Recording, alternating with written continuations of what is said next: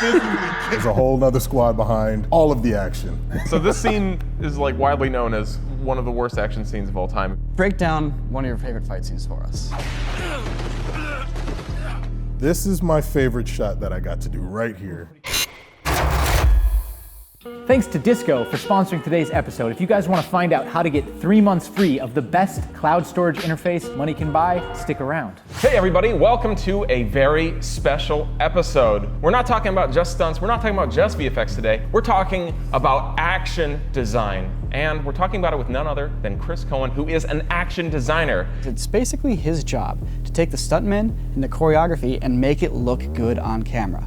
So that requires a lot of intuition for camera motion, cutting points, angles. There's a whole nother squad behind all of the action. So if you love action and you want to get a deeper understanding of it, well, this is the episode for you. Should we jump right in with Kingsman? Let's do it.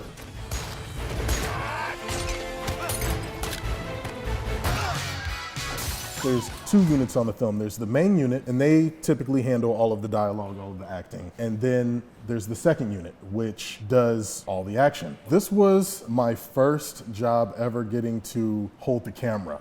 It was nerve-wracking for me because I was working with the main unit director, Matthew Vaughn, to have everyone there. And they're like, Chris, go. I was like, whoa, like what? It was a tight fit. Yeah, how do you film in a car like this? The SFX department tore this cab apart. They shot with a Arri Alexa Mini. It was stripped down completely because I was like, yeah, we can't do this stuff with a 50-pound camera. Right here, to start the shot, they took out the roof and you're on a crane. The crane would boom down, follow the hand. Right here, hold, that's Ed, and then right there, that's my buddy, Andy. Andy was the stunt double, and I can tell that that's him because he always makes that face.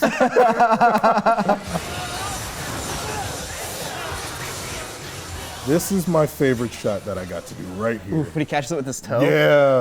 That's sweet. And Taryn killed it on that. He did it himself? Yeah, he did. That was him. Wow, good for him. Is that all one shot without any cuts? That was all one shot, yeah. Wow. They had like this mechanical arm underneath that swung and spun at the same time. Brad had the detail that he wanted to see the toe to the second toe and see like the full body extension. Not only that, the pressure was on to continue the shot from the face, look up, find the button, then back down to the face, and then pull back and see full body. When you're doing a lot of big action like this, you really want to keep some of the stuff, especially your in and out points, either central or if like say if it's frame left, it's better to pick up the next shot starting with the central point being frame left. That way people don't have to try to find it, miss key moments. You can see like for the old ball punch here, fist going straight, Yes. But as we cut in, the fist is still centered. Right. And that's such a high level of craft, and I think that goes completely over a lot of filmmakers' heads when they're doing action. The way it gets pulled out of that? I know, right? How do you do that? Taryn was on a wire, and they had him yanked through, and I had to physically get back because that wire, he was coming out no matter what. There's something about your work that I think it's been a big influence on me. Always in your fight scene, the actor's choreographed to throw a right hook, the other actor's choreographed to block it with his right hand, and then camera's choreographed to do a canted angle twist, pop out punch zoom. Right. So you have your own fight scene that you're doing with the camera while the other guys are doing their fight on top of it. Yeah, we joke and call it Cam Chi. Cam Chi. Yeah, full on Cam Chi. You have to have the presence of mind to remember the choreo and remember the beats. And once you can just start dancing with them and telling cool stories within their movement. I love that this fight scene shows little mini stories. It's always little problems that then need to be solved, and they're solved in clever ways. And it takes you to the next little problem that needs to be solved in a clever way. As long as you have the moments in the scene, within the scene, and you just have, choreo in between to take you to the next moment, each beat is so much more emphasized.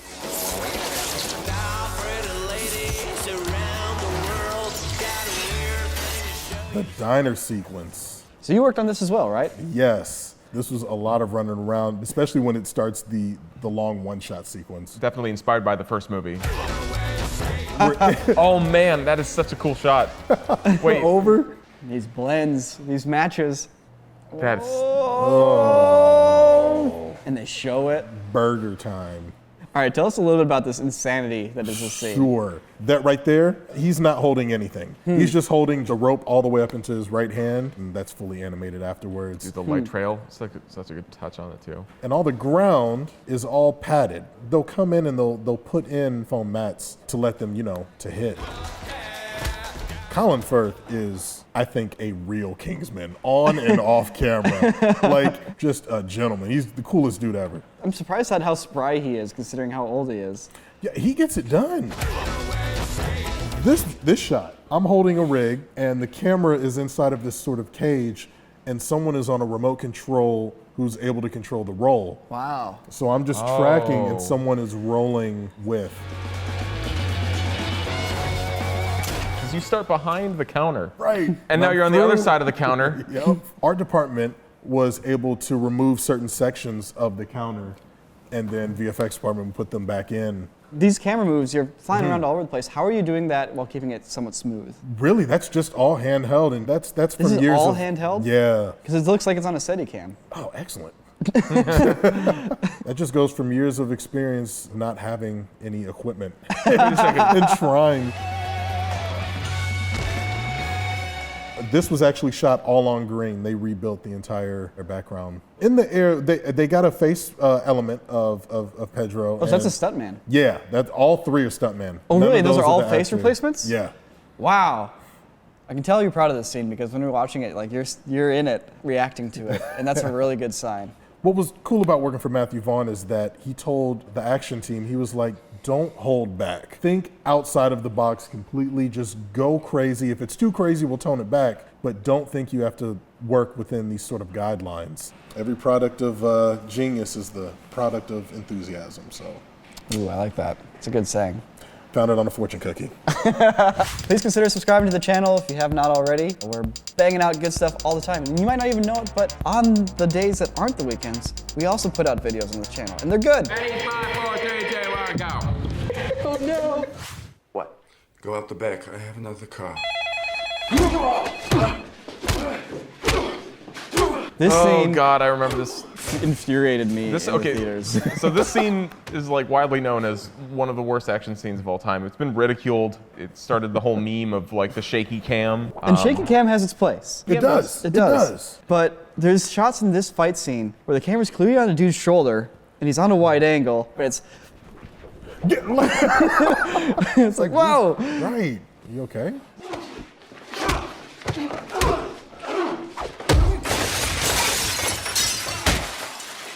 You're not following his attacks? It's like the camera seems to almost move in the opposite direction of what you're trying to watch. Serious? Yeah, there's a random shot of a dude's legs there in the middle. Let's have him knee the guy and show their faces. How would you shoot this to keep a little bit of the style, but make it a better, like, more readable fight scene with more emotions and more impact? Follow the attacks. One of the most important things is seeing what's actually happening. Like, if someone's going for a kick, don't show the shoulders. Like, way less cuts. Let it breathe. Let your choreo breathe. Let the audience watch, what they're doing. If they're doing like 3 cuts for 1 punch, you're like, 1, 2, 3. yeah, that's way too many. Is that a CG Matt Damon? Things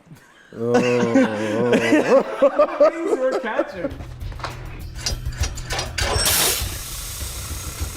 You turn the stove on, you jam a magazine in the toaster, you set it to extra crispy. Of course. And so right when your magazine's done and ready to eat, the house will explode. So I have a quick request for you guys. It's easy to find good action scenes. There's a lot of them out there, but it's really hard to find bad action scenes that are worth talking about and breaking down. So if you guys have an action scene that you think is just awful, that would be great. We would love to do that in some future videos, so please leave a comment.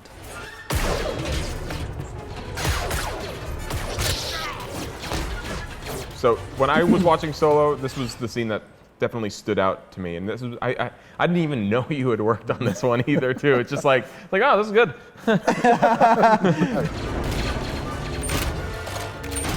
There's some cool concepts going into this. So this was really cool to shoot. Also very nerve-wracking. The train's actually on a rig to do these full tilts. Really? Whoa. We are up in the air about 30, 40 feet. I'm not a stunt guy. I'm not a heights guy. To have me up there shooting, I was like, oof.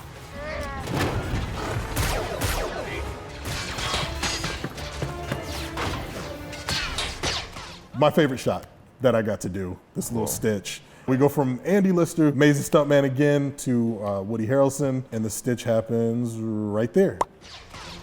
What's the holdup? What's the trick for getting a good stitch? Just making sure that all parties repeat their motion the best way. You do it a few times, enough times, you'll get something that works.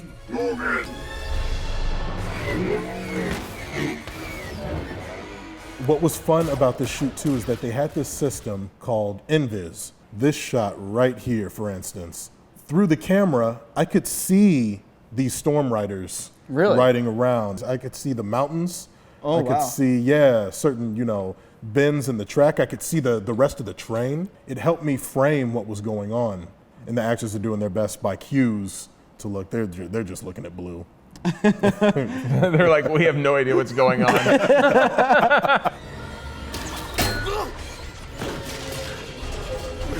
They have realistic masks for the stunt performer to wear. This movie and Kingsman both had them. That is a mask. Wow. On top of our stunt performer. That's crazy. Some Arya Stark stuff going on. 100%. Oh, man.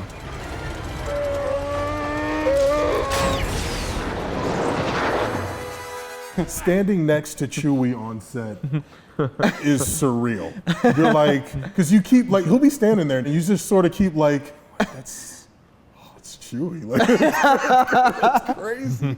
I know that a lot of your inspiration is anime. 100%. Anime is insane. The action design that's used in anime has like changed me completely. Anime is hand-drawn, every frame is labored over, and you've brought that over to the world of live-action film, and I love it. Break down one of your favorite fight scenes for us. Okay. If you guys are familiar with Naruto Shippuden, don't roast me for pronunciation. The Kakashi Obito fight, and it's all silent with just the sound effects, and they do this like really cool nod back to when they were kids.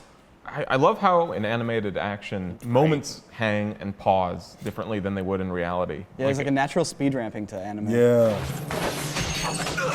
Like that, like the blood suddenly.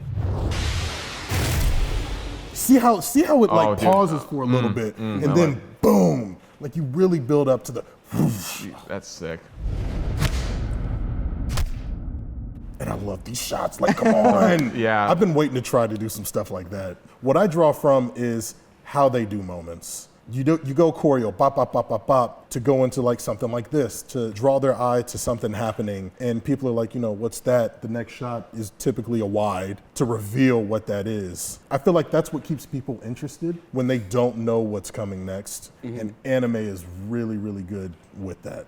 You've taken your hand at doing some live action anime. I have. This is, I think, the closest we've come to seeing it happen right here.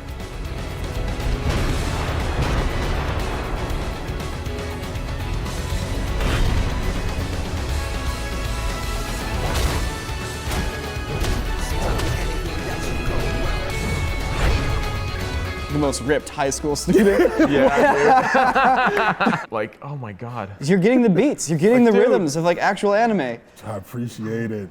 This was 100% last minute. Guy comes over, who you guys have met in the previous Stuntman Reacts, and we stumble upon this idea to just try a version of My Hero if UA High School was based in Los Angeles.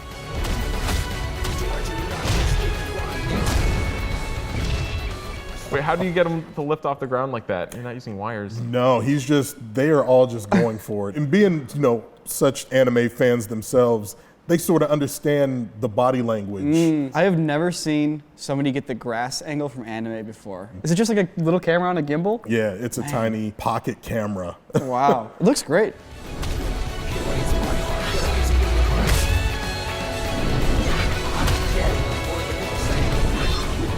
So that shot is, okay, so how did you do this shot? Because it looks super cool. Basically, I'm just trying to repeat the same motion. Wait. Everything else makes sense because it's like, oh, this is maybe a match cut or a jump cut, but this one looks kind of perfect. Except for if you find it there, I didn't direct guy Nate pops. properly. You see that? But because your eye is following the backpack and what Guy's doing, that's my sort of whip pan stitch right there.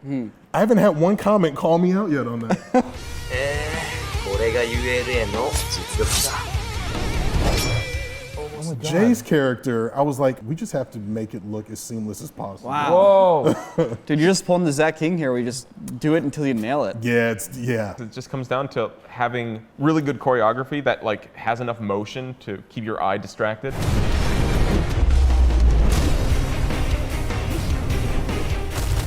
You almost did your infinite rolling shot. I know. Somebody help! Help! Just the fact that we have this tool that is the internet now, I mean, it's allowed all of us to wedge ourselves into this industry without asking. It's Yeah. like, no, we're here, we're gonna make stuff. At the end of the day, you're always making your content for an audience, and now we get to just make it directly for you. There's not really anybody in between that gets to decide what happens. It's just, we make it, you watch it, and that's that. The internet changed everything. Man, we gotta do an anime video together. 100%. it would be awesome. UALA Part 3 is out. Right now, there's something on the screen. You can click it, and you can go watch it right now and have your mind blown. His YouTube channel is RivenX3i. You can also follow him on Instagram. It's the same thing. Yes. Chris, I hope you continue to make awesome work. Thank you guys so much for having me. It's our pleasure. Yeah, you bet, This man. is awesome.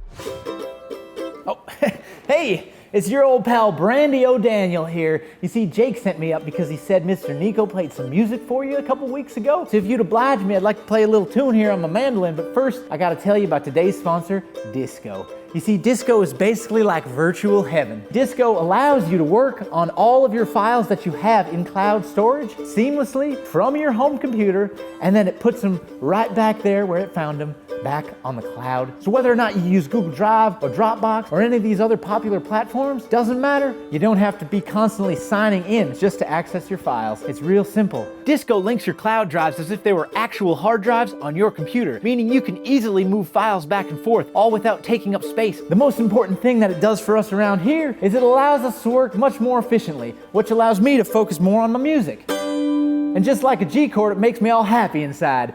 So if you're like us and you're working with multiple clients, transferring large data sets back and forth across these different platforms, boy, I gotta tell you, you get yourself Disco and you'll be hotter than a Ford V8. So if you wanna sign up for Disco, just go to patreon.me/corridor and all the details will be right there for you. Also, if you're interested in finding out how to get 3 months free, click the link in the description below. Now, on to that song I was telling y'all about. When you get the blues, don't hurry. Just get Disco and go on and get your files. Come right back home in a country mile and you'll be right here sitting with your videos and photos and everything creative that you do.